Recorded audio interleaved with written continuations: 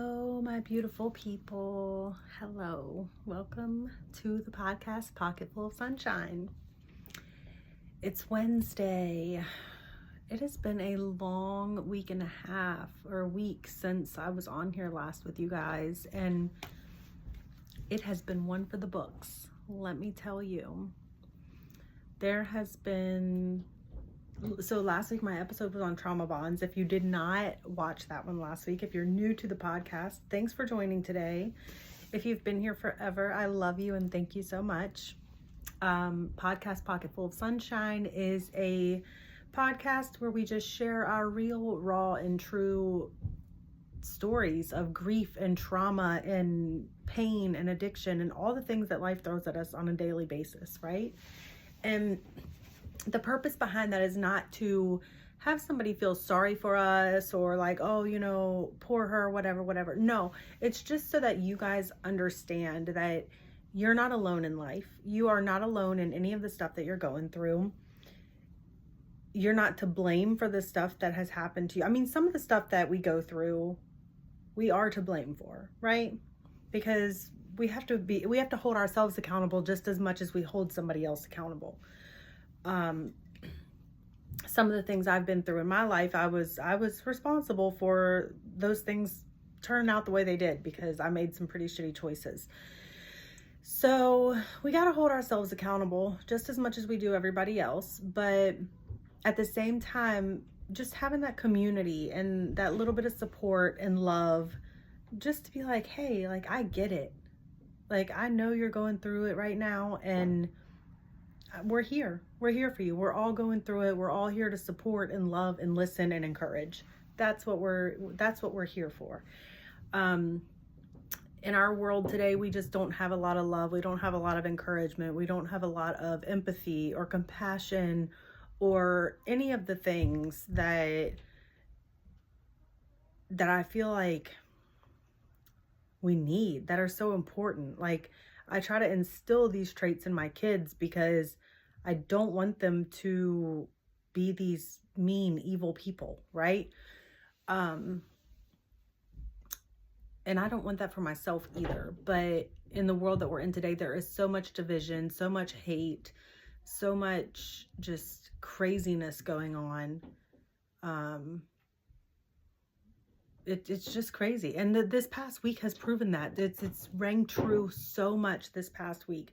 Every time you turn on the news, you see something different. You know, there's the plane crashes that have recently happened. There's all over Facebook. Every time you get on Facebook, someone in the past week and a half has lost their life to gun violence or to the hands of someone else.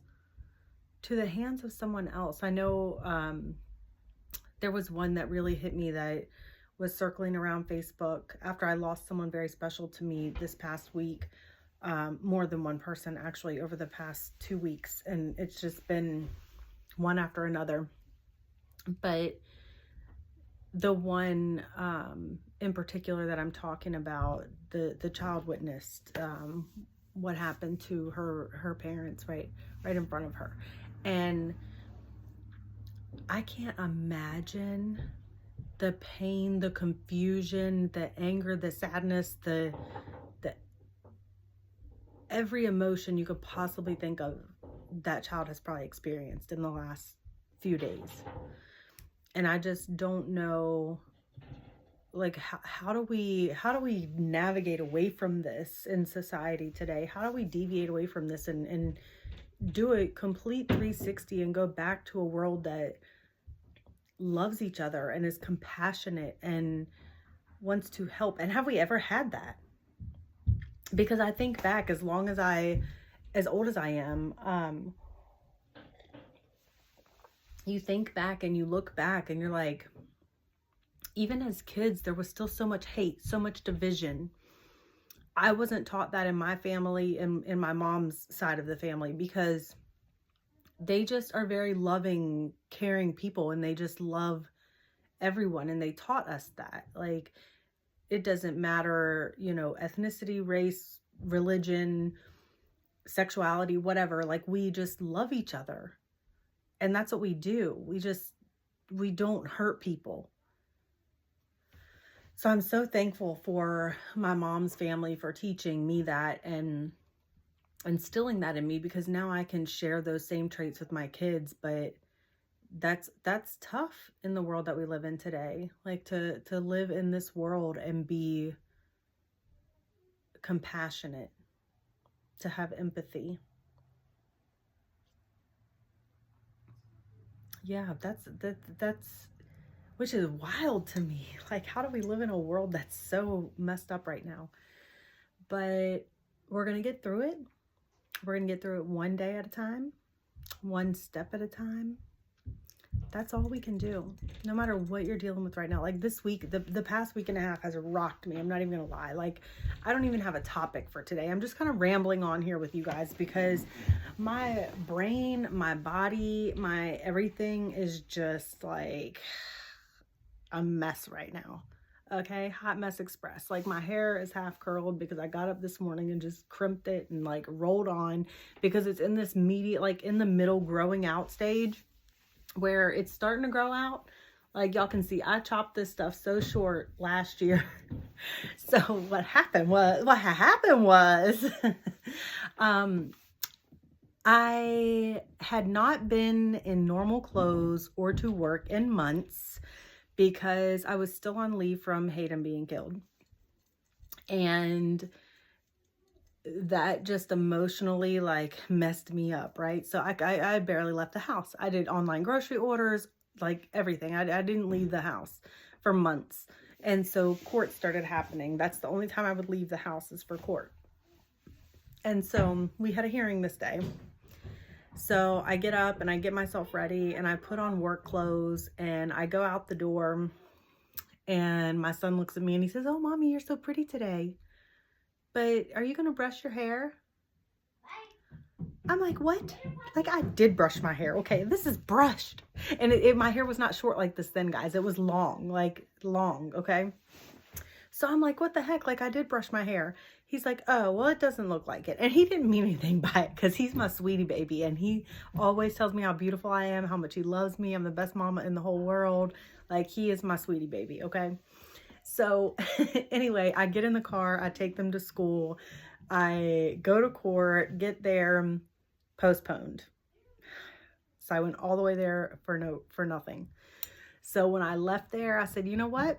I'm gonna take this not brushed hair, this not brushed looking hair, and I'm going to chop the shit off because I'm tired of messing with it. And I'm not gonna color it because it was growing out, like my grays were coming through. And y'all, I got a lot of grays, like, but right now I'm embracing them. Like, this is my natural hair color. I haven't seen my natural hair color since I was 13 years old, because that's when I started coloring my hair.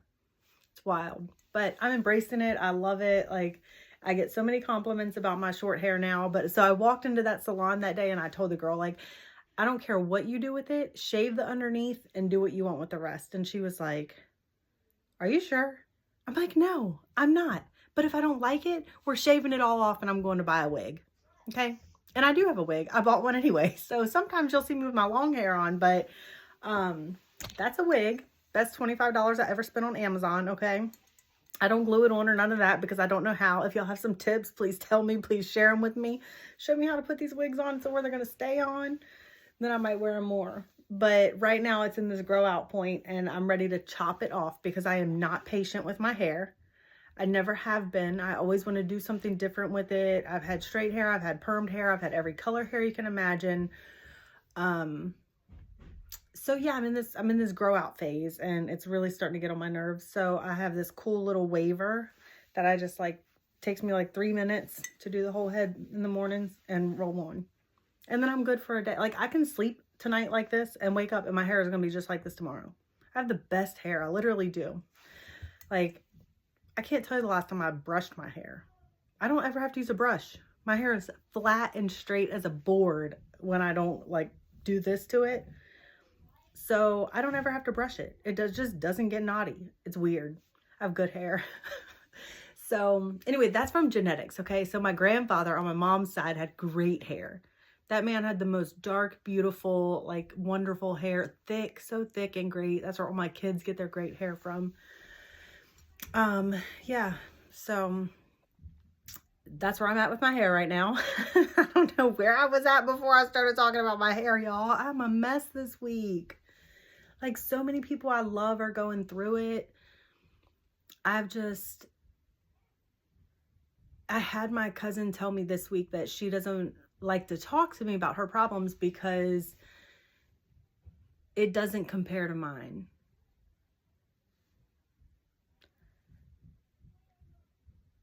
And I understand maybe where she's coming from when she says that. But at the same time, I don't want anybody to feel like that. So if you're listening, and I'm usually your confidant and I was that for years or whatever, and since Hayden has been killed, you've kind of pulled back a little bit, you don't have to do that. I just want you to know that. You don't have to do that. I am not fragile. I'm not going to break. I'm already broken. And so I can't break anymore. I promise. I'm working on gluing all those pieces back together, and it's going to be beautiful. It's going to be more beautiful than it ever was. Okay. But please talk to me. Don't ever think that your problems are less than someone else's. But it was very respectful of her to say, to tell me that, to communicate that with me, because I wouldn't have known that. So communication is very important. When you have that trusting relationship and that bond with someone, talk about it. Tell them, help them understand why you've pulled back a little bit and why you're not confiding in them as much. And then you guys can have that conversation.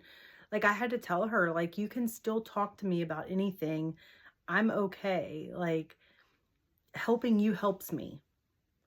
So the same way that my therapist, like talking to my therapist, helps me, right?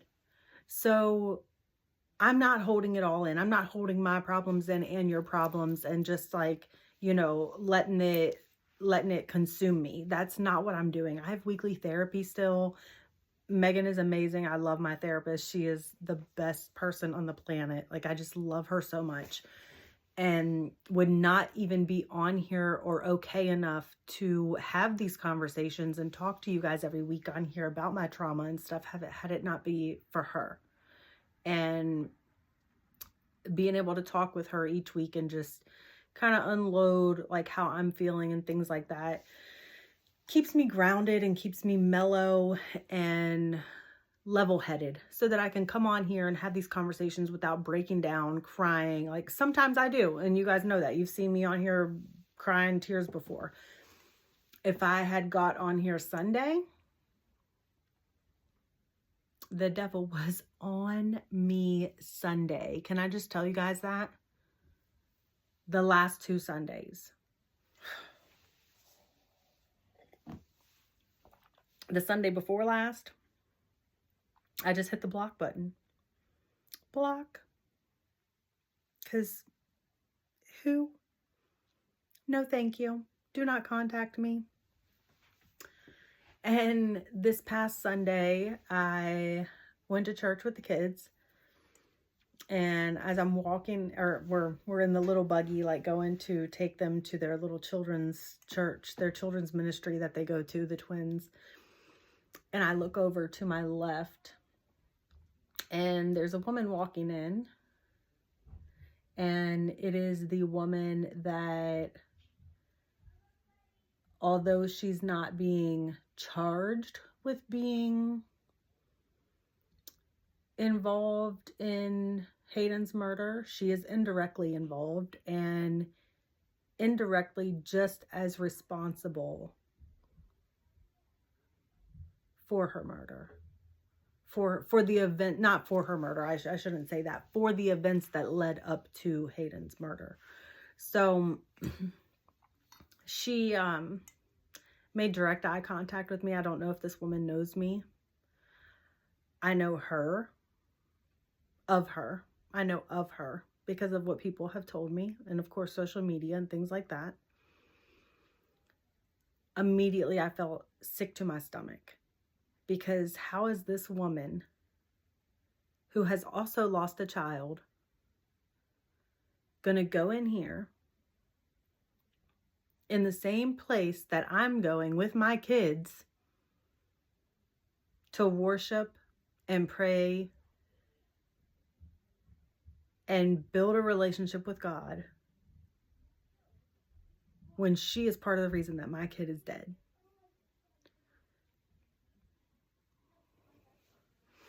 That was the hardest. I didn't think seeing her would have the effect on me that it did, but it did. And I was shaking and I was crying the entire service. My kids had no idea why. They see me cry. They've seen me cry in church before, right? So they thought, oh, mom's being moved today. Like, yes, Lord. But that was not it. This rage came through me like I haven't felt since the day Hayden was killed. And I did not know if I could sit there through that whole entire service and not react on that. So I just started praying. I just cried and prayed and cried and prayed and cried and prayed for the whole hour. And I made it. I made it through there. And then I kind of held back a little bit at the end to give her time to leave because I did not want to see her face again. And I wanted to see her face again because I wanted to look her in her eyes and tell her that my daughter's blood is on your hands too. But I didn't, because while I was sitting there, I was just praying, and I'm like, you know what? Kylie tells me God loves everybody the same. So that's between her and him. And I had to sit there and keep saying that to myself the whole entire time that I was sitting there praying, just please let me get through this. Just please get me through this service. Just please. And then I went up with the pastor at the end after we finally, walked out, and had them pray with me and just for me, just for myself, because I was feeling so much rage and sadness and everything. I came home that day and literally, we went to my grandmother's after church, had a little family gathering, but I was just totally off the rest of the day. I know the family noticed it. I came home, watched a movie with the kids. My whole body hurt by the time I got home from holding in all of these emotions, right? Trying to just be okay to do all the things I had to do that day. And that's something that we don't realize either, I think, is the effects that grief has on our body. The effects that our reactions have on our bodies. So if you've ever been in a relationship, an abusive relationship, a DV relationship, you know that when you have these huge, big blow up fights, at the end of it, you are just physically exhausted because of all of those emotions, right? You're either blowing up or you're trying to hold it all in because you don't want to blow up. That shit's exhausting. That is so exhausting. And I remember as a kid, I was a self-harmer, and I don't know that I've ever told anybody that ever. I mean, of course, obviously, my mom knows, my dad, my sister, they all saw it, but I don't think anybody actually knew that. So when I was a kid, I saw a lot of violence in my home. So when I would get mad or sad, or I felt like it was me against the world, or the world against me, I should say, I would literally hit myself. Full fist, bam, bam, bam, over and over and over as hard as I could, because that hurt less than what I felt inside of my body. But I didn't know how to tell anybody that. I didn't, my parents, I'm sure, just thought I was this little psycho kid. what the hell is wrong with this child? Like, she's beating the shit out of herself. What? Like, what is wrong with you? Stop it. But the whole time, like, I just didn't know how to tell them that. Like, this hurts less than this. So sometimes we have to look at somebody's actions.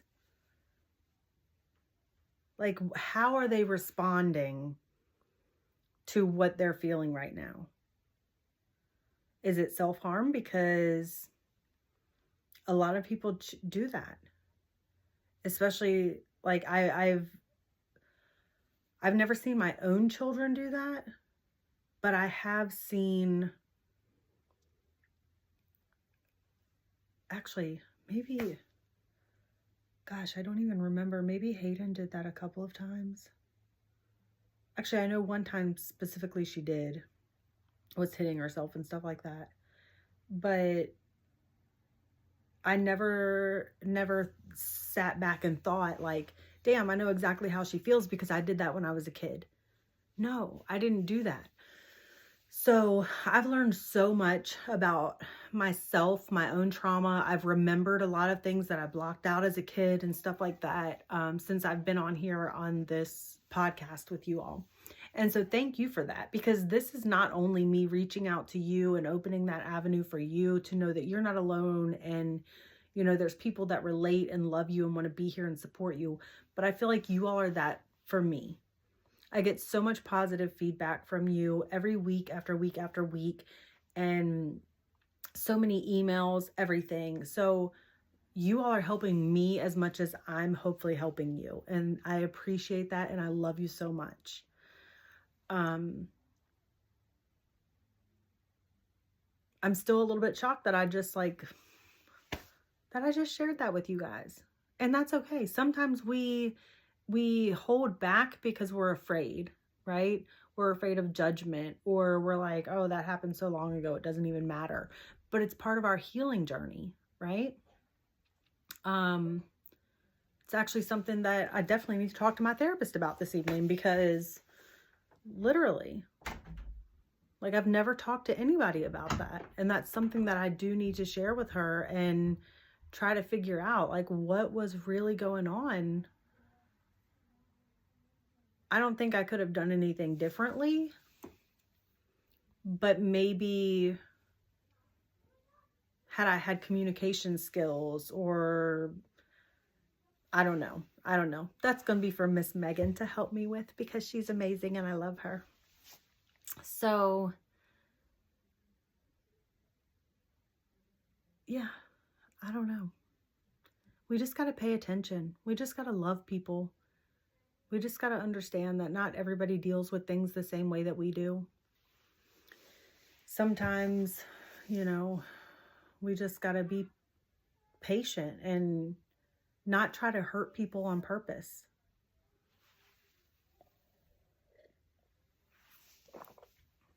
So I've learned this week that,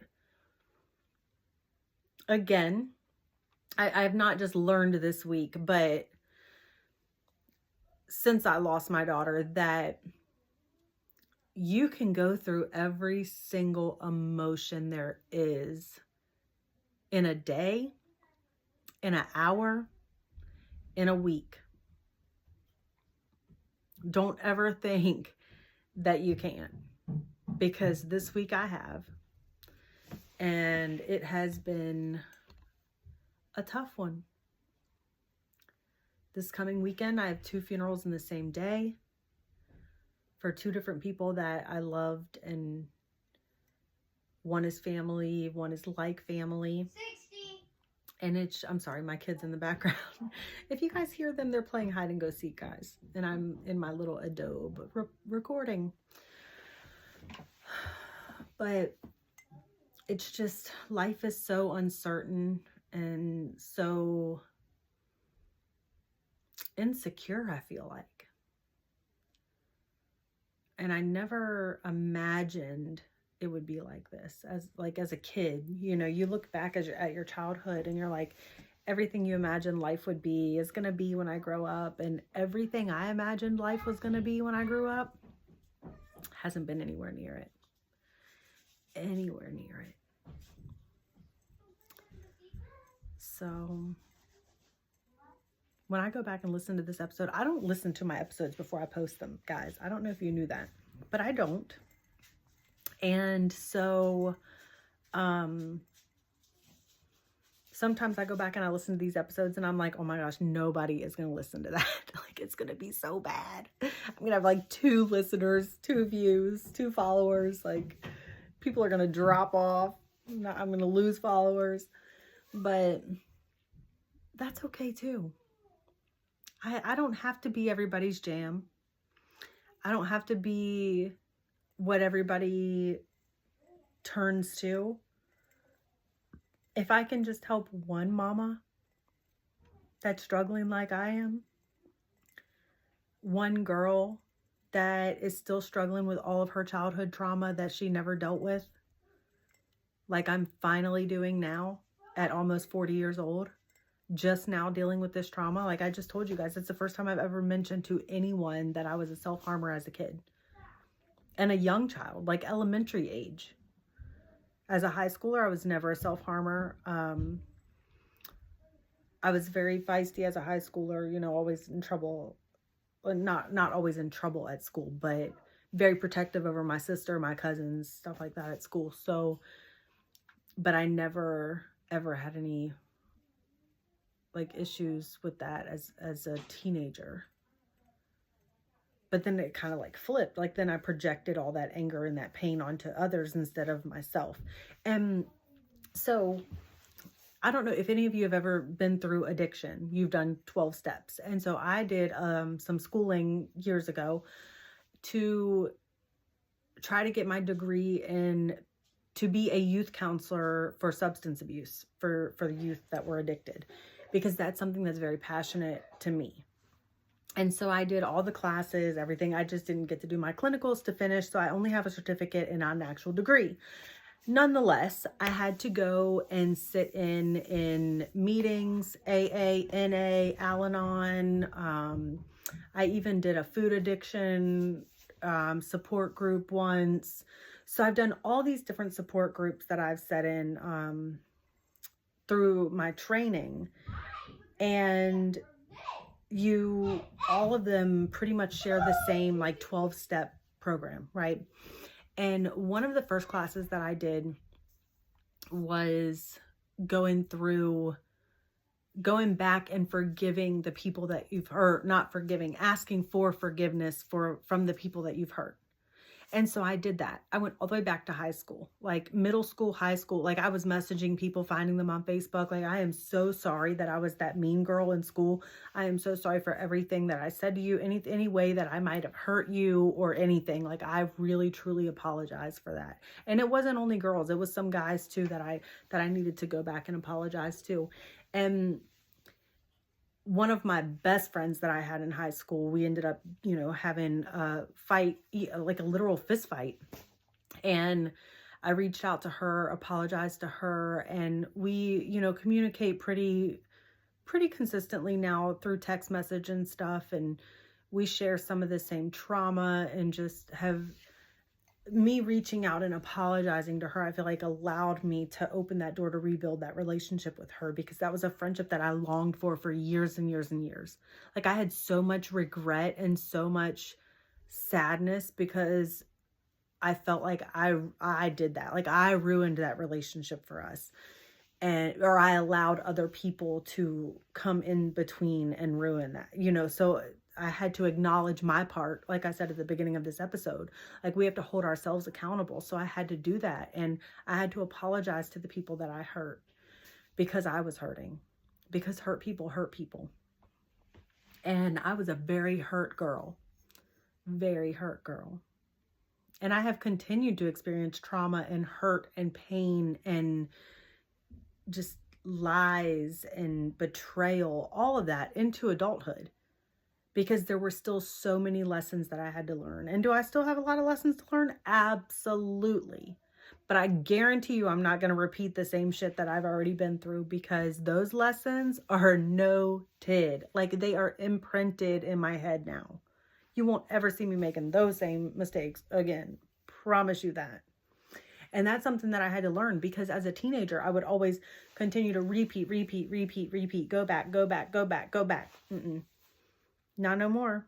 I will cut you off in an instant and never speak to you again, and I'll be just fine. My cutoff game is strong. And if I have cut you off, there's a really good reason for it, because I am so forgiving. Like, chance after chance after chance.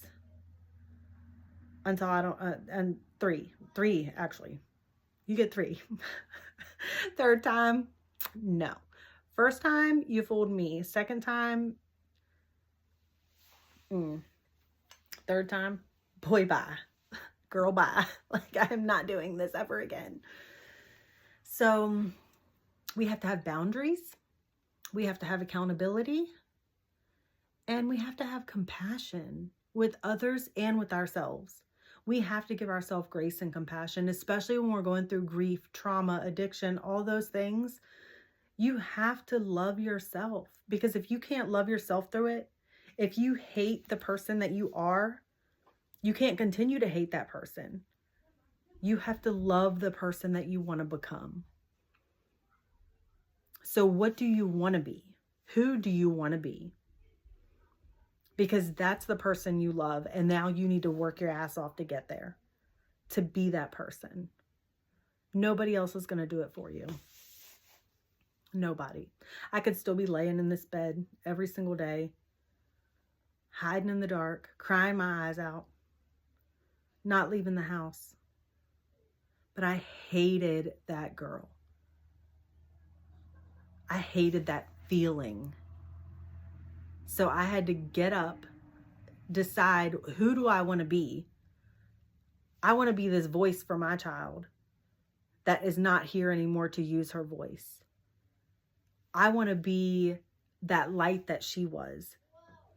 I want to help people like she did. I want to make sure nobody forgets her.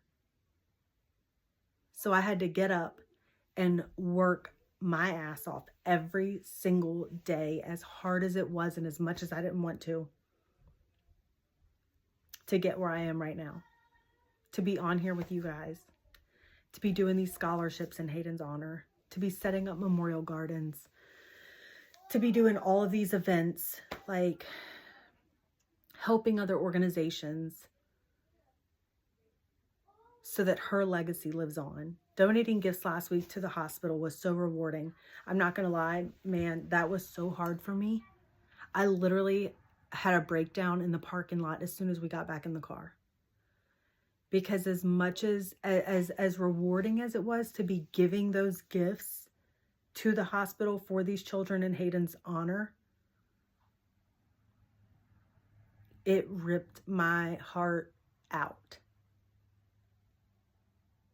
Because why isn't my kid here? Why am I giving gifts on her birthday in her memory?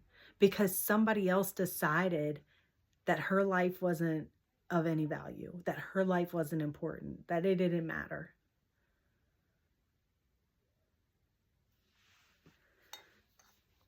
So I'm going through it, guys, but I'm here. And I'm doing it. And that's what I want you guys to do this week. I know last week you wrote, I mentioned journals again, because I haven't mentioned that in a while, but I do journal every day. So get yourself a journal. If you didn't write down last week what you were trauma bonded to, I encourage you to do that. Write down what you're trauma bonded to and get rid of it. Burn it, throw it away, flush it down the toilet, let it go in the river. I don't care. Just get rid of it. Release it, because we're not holding on to those trauma bonds anymore. We're cutting those ties. We're letting those go. That's what we have to do. And then in your journal this week, just journal. Whatever it is that you feel like you're barely making it through. What is so heavy? Like, I carry my stress in my shoulders. So sometimes y'all will see me on here like, because I'm feeling it. Like today, I'm really feeling it. But you can't really notice because I have my cute little shirt on. Y'all, I got this off Temu for like $7. It's a whole outfit. It's so cute. I love it. That's where most of my clothes come from. So I got a compliment on my clothes last week, and I'm like, oh, they're like so cheap. Consignment shops or Temu, that's it. Sometimes Shein, but not really. So anyway, journal this week. Write down what it is that you're struggling with, and just write it out. And then I want you to write out who you are right now. Describe the person you are right now. How you look, how you feel. How you look and how you feel. Mentally and physically. And then describe who you want to be. Mentally and physically. And now it's laid out for you. This is where you are right now. This is where you want to be. Now, what are you going to do to get there? I'm looking forward to it. I want to see you grow this year. I want to see you overcome these obstacles, this trauma, this pain. Do great things. Make sure that you're using your voice. I love you guys so much. And I will see you next week. Right back here on Wednesday. If you want to email me, my email is podcastpocketfulofsunshine@gmail.com. I'm on Facebook, Podcast Pocket Full of Sunshine. You can also send me messages, DMs on Facebook. I answer those pretty consistently as well. If you want to share your story with me, but you don't yet have your voice or feel comfortable speaking in public or on a forum, in person, I'll read your story anonymously for you. I love doing that. I've done that a few times and gotten great feedback for those listeners that have written in to me. I've also had a few guests on the show. We never have a topic that's off limits here. Like, what do you want to talk about? Come, let's talk about it, because guess what? Somebody can relate. Somebody can relate. And we're giving people hope. That's what we're doing here. All year. Every day. Every week. Every Wednesday. So tune in next week. And I love you guys. And I hope you have an amazing, blessed week. Just one breath at a time. One deep breath at a time. That's all we can do. Bye.